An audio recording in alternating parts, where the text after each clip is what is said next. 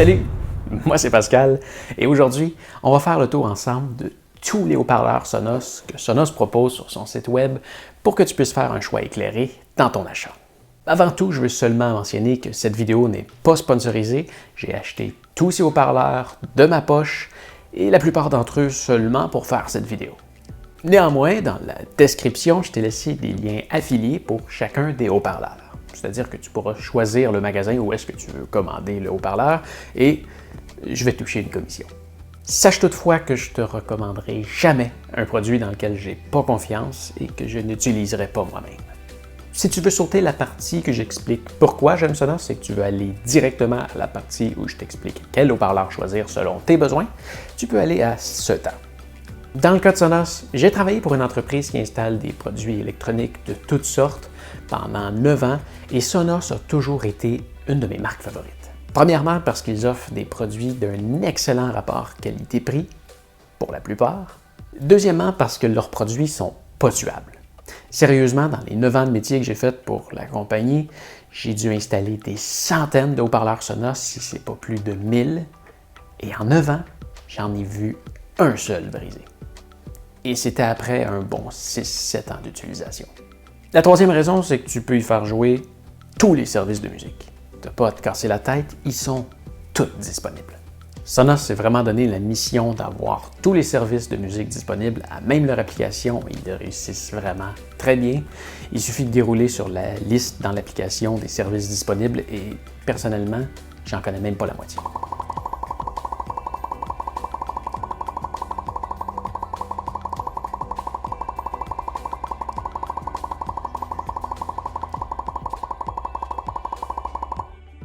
Et si c'est pas assez pour toi, tu peux faire jouer la musique que tu as sur tes disques durs à la maison, tu peux la faire jouer par AirPlay, tu peux faire jouer la musique sur ton téléphone, tu peux faire jouer la musique sur ton ordinateur, ou tu peux même l'envoyer par Cast avec les services compatibles.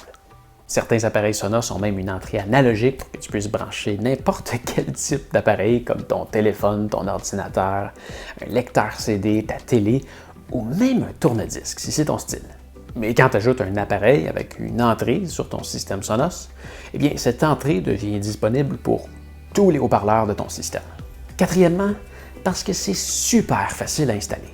Sérieusement, en un avant-midi, tu peux installer des haut-parleurs dans toute ta maison et avoir un système de musique multipièces. Cinquièmement, Sonos pense à tout dans les moindres détails. Exemple banal.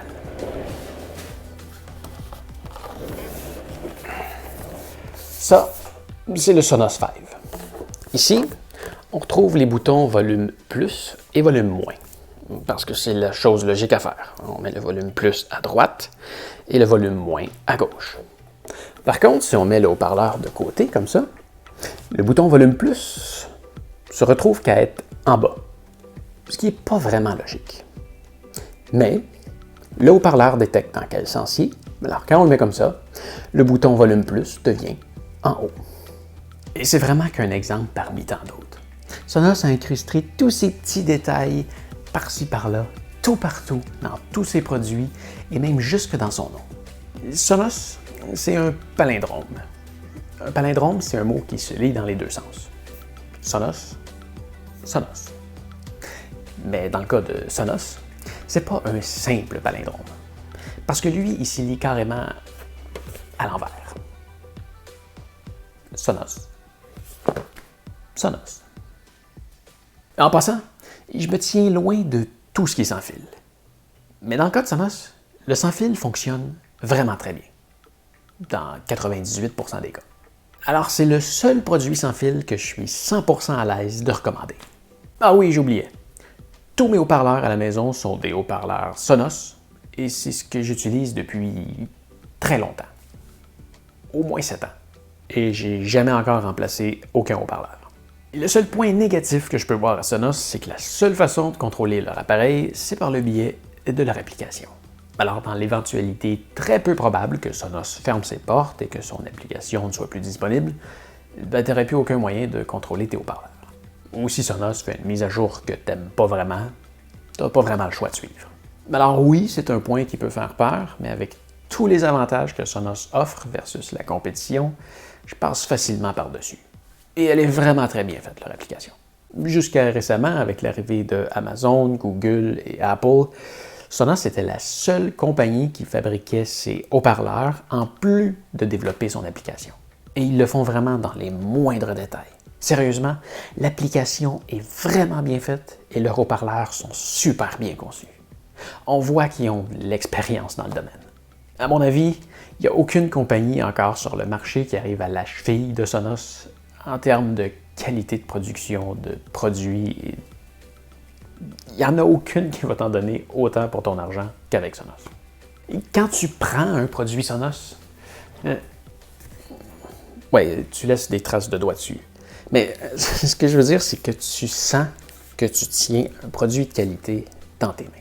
Mais bon, je m'égare. Le but de la vidéo aujourd'hui, c'était pas de t'expliquer pourquoi Sonos, mais plutôt de t'aider à faire ton choix dans la famille Sonos pour choisir le bon haut-parleur selon tes besoins. Mais alors, il y a 3 catégories de produits.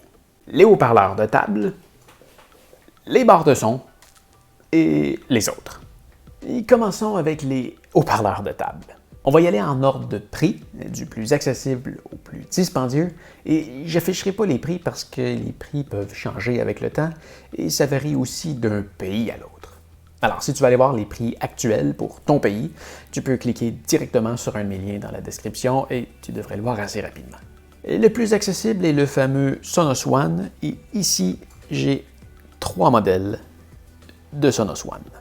Il y a d'abord ici le Play 1, qui est l'ancienne génération du Sonos One, et il joue toujours comme un charme, et tu peux le retrouver parfois, pas toujours, parfois, dans la section reconditionnée du site web de Sonos pour vraiment pas cher. Je vais te laisser un lien dans la description pour la section reconditionnée du site web de Sonos. On a ensuite le Sonos One SL, qui apporte des contrôles tactiles plutôt qu'avec les boutons de l'ancienne génération. Mais il apporte aussi un look relativement plus beau.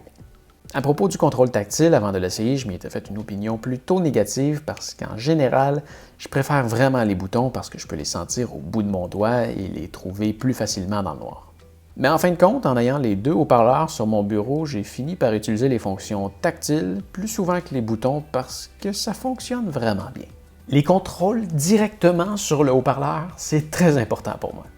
Parce que je trouve ça tellement plus rapide et pratique de faire play pour repartir ma musique que d'ouvrir mon téléphone, de le débarrer, d'ouvrir l'application Sonos, de trouver le bon haut-parleur et de partir la musique. Enfin, on a aussi le Sonos One qui donne seulement de plus les fonctions vocales. Si tu te demandais c'était quoi le SL dans Sonos One SL, c'est pour Speechless, donc sans commande vocale.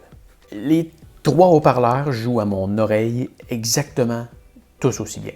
La série One, c'est la série parfaite pour avoir des haut-parleurs partout dans ta maison et de faire un système de musique multipièces assez abordable versus ce que tu peux voir dans la compétition.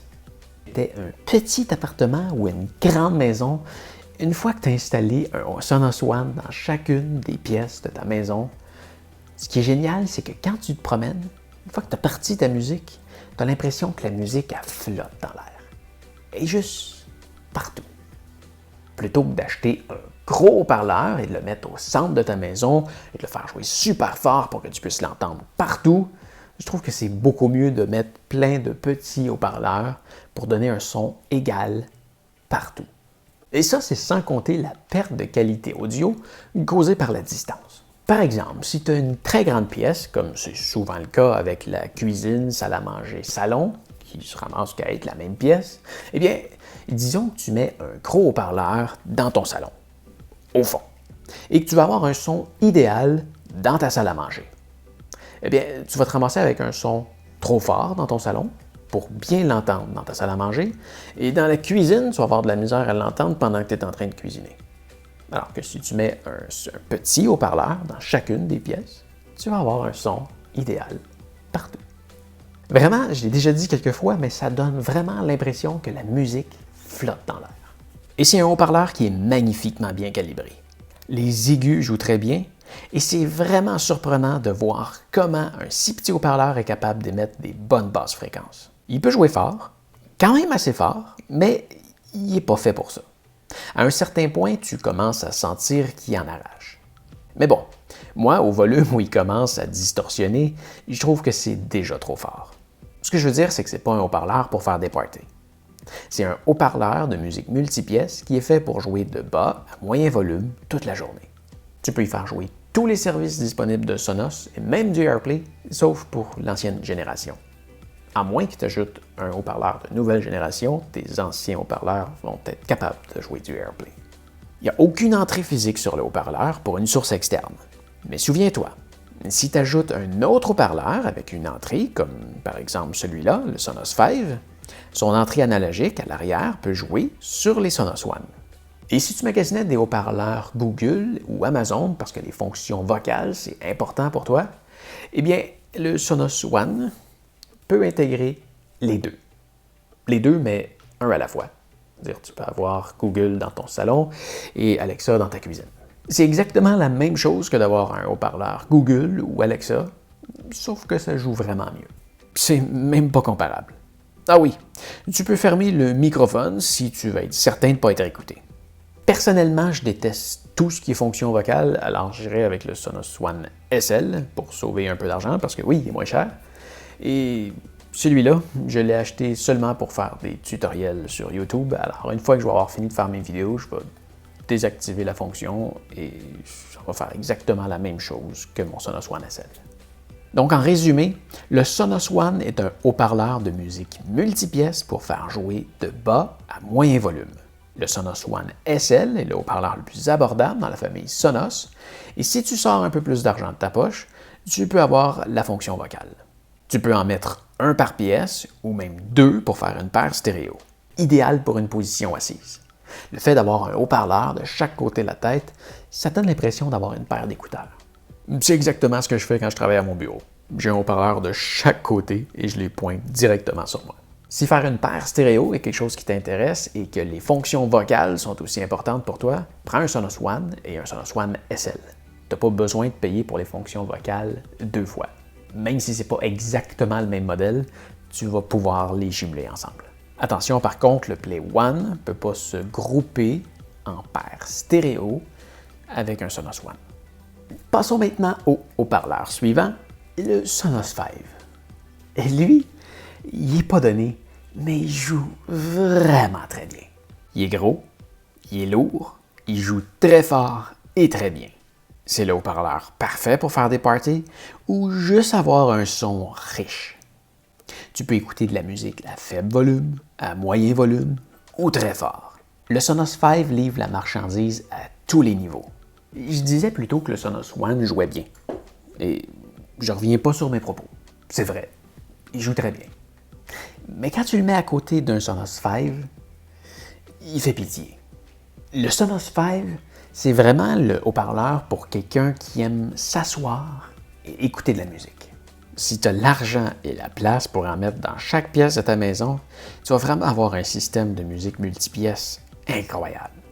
Mais sinon, je te conseille peut-être d'en mettre juste un dans une pièce que tu utilises souvent. Tu vas remarquer si tu montes le son vraiment très haut, à un certain point, tout comme le Sonos One, il va commencer à faire de la distorsion. Par contre, dans mon cas, ça arrive vraiment après le point où je me dis « Ok, c'est vraiment trop fort, je vais me mettre des bouchons, c'est désagréable. » Mais disons que je ne suis pas une personne qui aime ça écouter de la musique très fort. Normalement, j'écoute de la musique à faible volume et une fois de temps en temps, je vais l'écouter quand même assez fort pendant une petite demi-heure. Mais quand même, quand je dis que je l'écoute fort, je pourrais doubler le volume et ça jouerait encore très bien. Où je veux en venir, c'est que si tu veux un haut-parleur qui donne des sons riches et qui joue fort, très fort, c'est le haut-parleur parfait pour toi. À moins que tu sois le genre qui aime écouter la musique tellement fort que tous les murs de ta maison tremblent et que tes voisins 3 coins de rue plus loin soient capables de t'entendre. Quoique si tu mets quelques Sonos 5, tu pourrais sûrement y arriver. Si tu veux quelque chose de vraiment incroyable, je te recommande de prendre 2 Sonos 5 et de les jumeler à un Sonos Sub. Le Sonos Sub, je vais y revenir un peu plus tard, mais à mon avis, si tu mixes 2 haut-parleurs comme ça avec un Sonos Sub, ça te donne vraiment quelque chose d'incroyable. Et oui, fais pas le saut, c'est cher, mais tu vas en avoir pour ton argent. Petit détail, si la fonction vocale c'est important pour toi, c'est pas possible avec le Sonos 5. Par contre, il y a quelque chose de très intéressant, c'est une entrée 3.5 mm. Le même type de connecteur que sur ton téléphone ou ton ordinateur. Donc tu peux brancher n'importe quel type de source analogique dessus. Ton téléphone, un ordinateur, un lecteur CD ou même une table tournante si c'est ton genre. Si ta source à l'origine part d'un connecteur RCA, d'un jack 1/4, 3.5 mm ou même XLR, regarde dans la description, je vais te laisser des liens vers le fil que tu as besoin. Bon, parlons-en de ce fameux sub.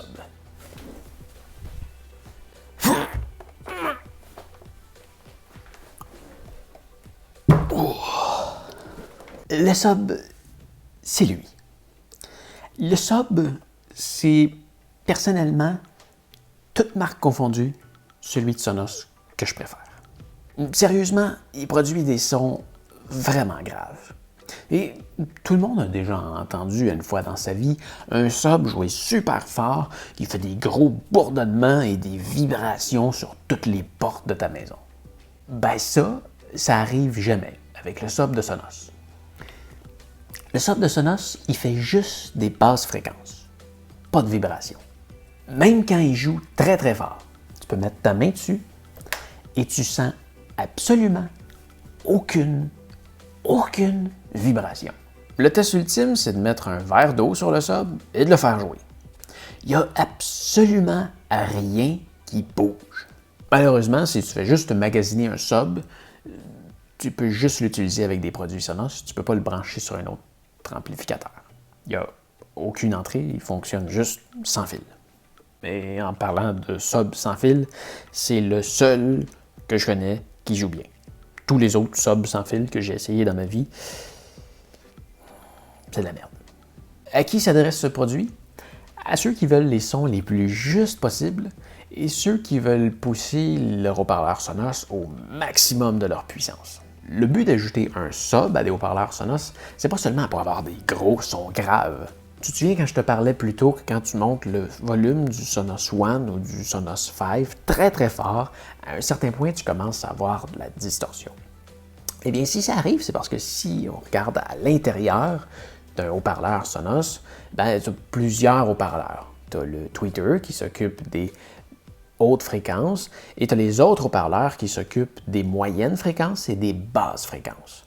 Donc, le haut-parleur qui s'occupe des moyennes et des basses fréquences, c'est le même haut-parleur.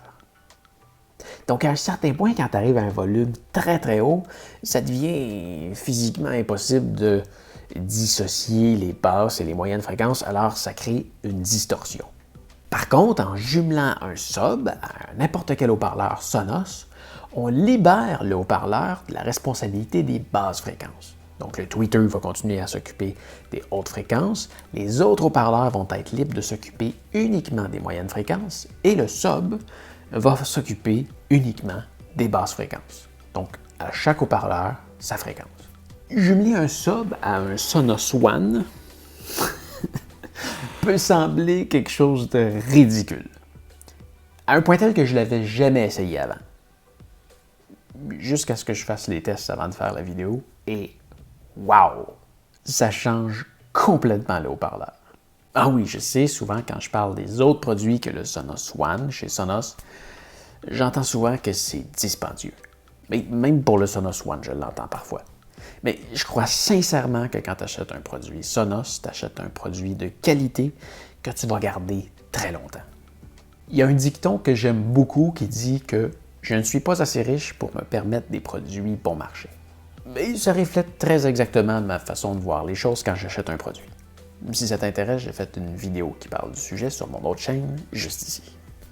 Parlons maintenant du Sonos Move, un autre excellent haut-parleur. Disons qu'en termes de qualité, je viens de remarquer que j'ai fait une erreur. J'avais dit que j'allais présenter les haut-parleurs en ordre de prix ascendant et celui-là se trouve entre le Sonos One et le Sonos 5. Autant en termes de prix que de rapport de qualité de son.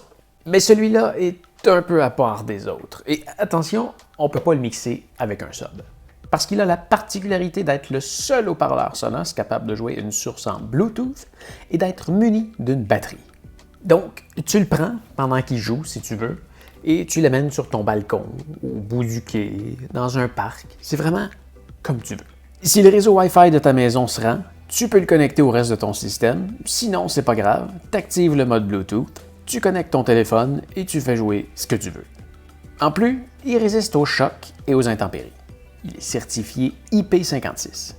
C'est-à-dire qu'il est protégé contre les impacts, comme une chute par exemple, et qui est protégé contre les gros jets d'eau. Fais juste attention à la poussière et essaie pas de le faire jouer sous l'eau. En gros, fais pas exprès de lui faire subir des trucs que tu ferais pas normalement avec un appareil électronique, mais il devrait survivre à tous les accidents que tu vas lui faire subir. J'ai réussi à recharger la batterie de 0 à 100% en 1 heure et 19 minutes avec sa base. C'est très rapide. En le faisant jouer au volume minimum, ce qui est parfait pour une simple musique d'ambiance, la pile s'est vidée en 10 heures et 6 minutes.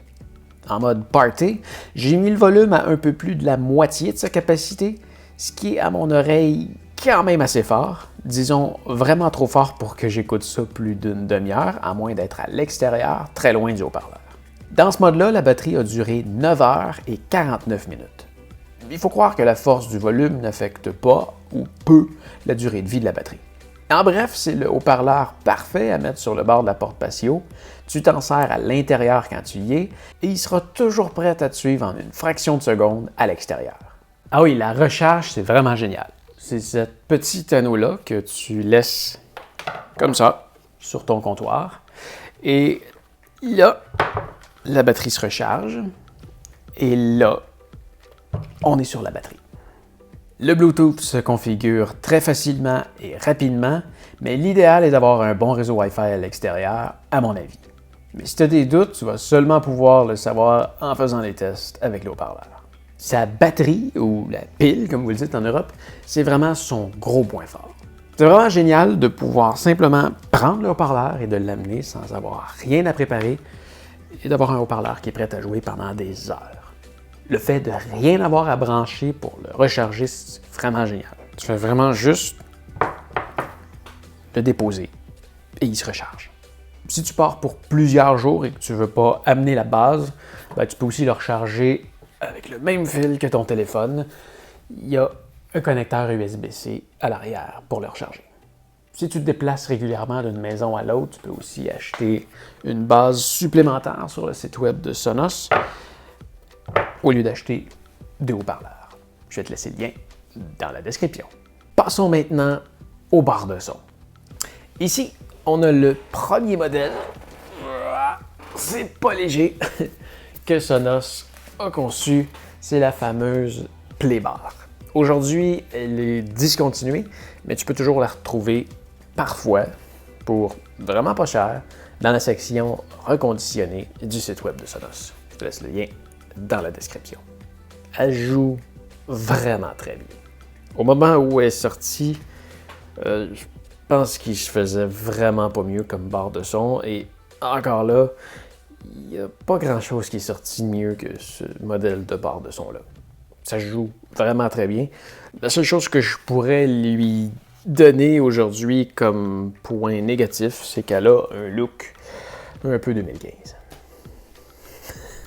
Elle a été remplacée par ces deux modèles-là. Il y a la Beam, qui est l'entrée de gamme dans les barres de son chez Sonos, mais qui, à mon avis, ne joue pas aussi bien que la Playbar. Mais c'est normal. Elle se vend relativement moins cher que le prix d'origine de la Playbar quand elle est sortie. Mais quand même, c'est une très bonne barre de son. Et il y a aussi la Arc. Et la Arc, c'est pas mal la crème de barre de son que tu peux retrouver sur le marché. Autant chez Sonos que dans d'autres compagnies, c'est ma barre de son préférée. Elle est énorme et lourde. C'est vraiment toute une machine. J'aimerais vraiment ça la faire jouer puis faire une démo, mais la faire jouer en l'enregistrant dans mon microphone et la faire rejouer dans tes haut-parleurs, ça donnera jamais une idée juste de comment ça peut jouer. Mais pour te donner une idée, la Sonos Arc se vend le double du prix de la Beam et elle joue comme une barre de son au double du prix. La Beam est une super barre de son. Si on regarde la compétition, la Beam est des kilomètres en avant de la plupart des barres de son que tu peux retrouver sur le marché. Et il n'y a vraiment aucun doute, ça va jouer vraiment mieux que les haut-parleurs de ta télé. Mais je la vois comme une barre de son pour une petite télé, à moins de la mixer avec un Sonos Sub. Là, on commence à avoir de quoi de vraiment impressionnant. Si c'est la télé que tu utilises pour écouter les nouvelles, des vidéos de chats sur YouTube ou un téléroman, c'est parfait. Mais si tu cherches une vraie barre de son capable de compétitionner avec un cinéma maison, c'est la Arc que tu veux. Regarde comment c'est fait à l'intérieur. Tu as des caissons de graves de chaque côté, 3 tweeters, dont 2 angulés, avec 4 haut-parleurs pour bien effectuer les travaux des haut-parleurs de gauche, centre et droit, en plus des haut-parleurs qui pointent vers le plafond. Le tout est conçu pour te donner une impression simulée de son autour de toi. Mais bon, il n'y a quand même rien qui remplace le fait d'avoir des vrais haut-parleurs à l'arrière. Sans blague, la Arc, avec le Sub, ça joue vraiment mieux que la plupart des cinémas maison que tu peux t'acheter avec le même montant d'argent. Mais si tu veux un vrai cinéma maison, il n'y a rien qui t'empêche de prendre 2 Sonos One et de les mettre à l'arrière, de chaque côté de ton divan, pour avoir des haut-parleurs arrière. Ou tu peux aussi utiliser 2 Sonos 5. Ça serait intense comme arrière, mais tu peux. Enfin, la barre de son Beam et la Arc peuvent être contrôlées par commande vocale à l'aide de Google ou Alexa. Dans tous les cas, peu importe la barre de son que tu prends, je te recommande toujours d'aussi ajouter un sub. Si tu en doutes, il n'y a rien qui t'oblige à l'acheter aujourd'hui. Tu peux prendre n'importe quelle barre de son, voir qu'est-ce que ça donne si tu es satisfait, et d'ajouter un sub quand tu en ressens le besoin ou quand le budget te le permet. C'est ça la beauté de Sonos. T'as rien à prévoir, ou presque. T'ajoutes des haut-parleurs où tu veux et quand tu veux. Tout ce que tu as besoin, c'est d'une prise de voix. La Playbar, si tu es encore capable de la trouver, c'est aussi un très bel entre-deux. Moi, je l'aime vraiment toujours autant, mais maintenant que j'ai essayé la Arc, je vais probablement vendre ma Playbar et garder la Arc. Mais j'aurais pas fait le changement si j'avais pas acheté la Arc pour faire le démo. En parlant de revente, c'est un des beaux côtés chez Sonos. Ça se revend très bien. Niveau branchement, les 3 barres de son peuvent être branchées à la sortie optique de ta télé et la Beam et la Arc peuvent aussi être branchées à la sortie HDMI ARC de ta télé. Quand je dis ARC, c'est pas comme la barre de son ARC, mais c'est plutôt le ARC Audio Return Channel de HDMI. Donc, le fil HDMI est capable de renvoyer du son et des commandes par le fil HDMI. Et si tu me connais, tu sais que je ne parle qu'en mal de la connexion HDMI ARC parce que je n'ai eu que des mauvaises expériences avec ce type de connexion, mais surprenamment, avec les produits Sonos, ça fonctionne toujours bien. En fait, si j'avais eu que des expériences avec Sonos, avec le HDMI ARC, j'aurais que du bien à en dire. Sonos. Mais bref, à moins que ta télé ait plus de 15 ans, ça serait surprenant que tu ne puisses pas la brancher à ta barre de son Sonos.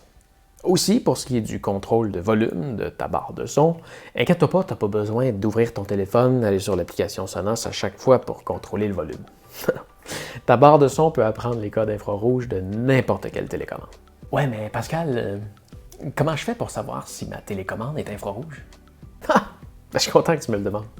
Eh bien, si tu as besoin de pointer ta télécommande vers ta télé pour qu'elle capte le signal que tu y envoies, elle est infrarouge. Oui, mais Pascal, si ma télécommande n'est pas infrarouge, qu'est-ce que je fais? Ah, ben ça, c'est une autre excellente question. Ben, si ta télécommande n'est pas infrarouge, ça veut dire qu'elle communique en Bluetooth ou par radiofréquence à ta télé. Et si tu as une télécommande qui fait ça, les chances que tu aies une sortie HDMI ARC derrière ta télé sont presque certaines. Et si tu as une sortie HDMI ARC en arrière de ta télé, ça veut dire que les signaux de volume que tu vas envoyer à ta télé vont être recommuniqués par le fil HDMI à ta barre de son. Alors, il n'y a pas de problème. Mais si tu fais partie des 0,1% des gens pour qui ça ne fonctionne pas, il y a toujours la possibilité d'utiliser une télécommande Harmony Compagnon, qui est ma télécommande universelle favorite, que je vais te laisser les liens dans la description, ou tu peux aussi prendre n'importe quelle autre télécommande. À ce moment-là, tu aurais 2 télécommandes à utiliser, une pour la télé et une pour ta barre de son. peux prendre une vieille télécommande qui traîne quelque part dans le fond d'un tiroir et lui apprendre des codes infrarouges qu'il y a sur la télécommande. Mais encore là, il me reste 2 produits Sonos à te présenter. Si pour toi, une petite barre de son à 1000 $, c'est rien d'autre qu'un jouet et qu'il n'est pas question que tu écoutes de la musique sur autre chose que tes belles grosses colonnes de son en bois d'acajou importé de la Martinique traité par un ébénisme italien de renommée, eh bien, rassure-toi, tu peux brancher tes colonnes de son sur un produit Sonos de 2 façons. Il y a la solution Sonos Amp, qui est tout simplement un amplificateur stéréo Sonos qui livre 125 watts par canal à 8 ohms. C'est la solution parfaite pour brancher tes belles grosses colonnes ou pour brancher tes haut-parleurs encastrés dans ton mur ou ton plafond si l'idée d'avoir un haut-parleur sur ton comptoir te répugne. Le Sonos M peut également être contrôlé avec une télécommande infrarouge ou par le fil HDMI ARC. On peut aussi connecter un sub ordinaire ou utiliser le Sonos Sub, c'est comme tu veux. Tu pourrais aussi le coupler avec 2 Sonos One pour faire des arrières. Dans le fond, tu as les mêmes options qu'avec une barre de son. Ou même que si tu as une barre de son à l'avant et que tu as des haut-parleurs encastrés en arrière, tu peux utiliser le Sonos Amp pour faire tes arrières. Dans le fond, tu peux vraiment faire ce que tu veux avec. Mais enfin, si pour toi, un petit amplificateur de 125 watts, c'est pas assez pour toi, mais que tu veux quand même mixer tes belles grosses colonnes avec ton gros amplificateur de puissance, avec ton système de musique multipièce Sonos, eh bien, il y a toujours la solution Sonos Port. Celui-là, c'est tout simplement une petite boîte avec des entrées et des sorties RCA à l'arrière pour que tu puisses brancher une source et la brancher aussi à ton gros système de son. Cette petite boîte-là, elle se contrôle comme n'importe quel autre haut-parleur de Sonos. Alors, tu choisis la musique que tu veux faire jouer et elle l'envoie à ton amplificateur de puissance. C'est pas une boîte qui est faite pour être connectée sur une télé, c'est simplement une source audio pour un amplificateur et une entrée si tu veux connecter des appareils comme par exemple une table tournante. Je sais pas si tu te souviens, mais au début, je t'ai dit que quand tu achetais un produit Sonos, c'est cher, oui, mais tu en as toujours pour ton argent. Ou presque, eh bien, lui, c'est le presque. J'ai jamais compris pourquoi cette petite boîte-là, qui pèse pratiquement rien, qui a ni amplificateur, ni haut-parleur, se vend le prix de 2 Sonos One. À chaque fois que j'ai demandé à mon représentant Sonos pourquoi que ça se vendait aussi cher, il m'a toujours dit que cette petite boîte-là est faite pour être branchée sur un gros ampli de puissance pour délivrer la meilleure qualité audio, alors ils mettent un excellent DAC audio à l'intérieur. Mais personnellement, je pense qu'ils font une énorme marge de profit sur ce produit-là. Mais bon, si tu veux brancher Sonos à ton amplificateur de puissance ou à tes gros haut-parleurs, c'est la seule façon. Mais c'est comme ça. Ah oui, mais il me reste un dernier produit à présenter. C'est le Sonos Boost. Techniquement, ton système Sonos peut fonctionner à 100% sur le système Wi-Fi, mais je recommande toujours de brancher au moins un haut-parleur avec un fil réseau. Mais si tu n'as pas de haut-parleur à côté de ton routeur ou à portée d'une prise réseau de ta maison, ben, tu peux toujours utiliser le Sonos Boost. En gros, ce que ça fait, c'est que ça crée un réseau sans fil pour Sonos uniquement et ça assure une stabilité du bon fonctionnement de tous les haut-parleurs sans fil. Tu n'es pas obligé d'en prendre un, mais je te le recommande. Il n'y a rien qui t'empêche de ne pas l'acheter, de voir si ça fonctionne bien, et si tu as des troubles de coupure de son régulièrement, de l'ajouter plus tard. Moi, je n'en utilise pas chez moi parce que j'ai un de mes haut-parleurs qui est branché avec un fil. En gros, fais-toi-en pas avec ça, mais si jamais tu as des troubles, cette petite boîte-là, ça risque d'être ta solution. Et je t'explique pourquoi dans cette vidéo. Et voilà, je crois qu'on a fait le tour. J'espère que ma vidéo va t'avoir aidé à faire ton choix. Si tu es prêt à commander, n'oublie pas que je t'ai laissé des liens dans la description pour que tu puisses les commander en ligne. Ce sont des liens affiliés. Mais n'oublie pas, je te recommanderai jamais un produit dans lequel j'ai pas 100% confiance et j'ai été 100% honnête dans tout ce que je t'ai dit. Je voudrais jamais te pousser à acheter un produit que j'achèterais pas moi-même. Si tu souhaites avoir plus d'informations sur Sonos, j'ai une grande liste de tutoriels que tu peux voir juste ici et je suis certain que ça va répondre à plusieurs de tes questions. Tant qu'à parler de questions, si tu en as, n'hésite pas à m'écrire dans les commentaires juste en dessous des vidéos. Je les lis tous les matins et je vais peut-être même faire une vidéo pour te répondre. Si tu veux en savoir plus sur chaque haut-parleur qu'on vient de voir ensemble, je vais te laisser les liens dans la description et je vais faire une critique sur chacun des haut-parleurs beaucoup plus en détail que ce qu'on vient de voir ensemble. Et voilà, bon magasinage et à bientôt. Alors voilà, ça fait le tour pour aujourd'hui. J'espère que ma vidéo va t'avoir aidé. Si c'est le cas, s'il te plaît, donne-moi un pouce en l'air. Si tu veux voir d'autres de mes tutoriels Sonos, visite le lien dans la description ou tu peux aussi cliquer juste ici. Mais enfin, n'oublie pas de t'abonner à ma chaîne pour me retrouver plus facilement la prochaine fois que tu as besoin d'aide. Tu peux aussi jeter un coup d'œil à ma chaîne principale où je fais des voyages un peu partout dans le monde. Je suis certain que tu vas aimer. Allez, fais attention à toi. Salut!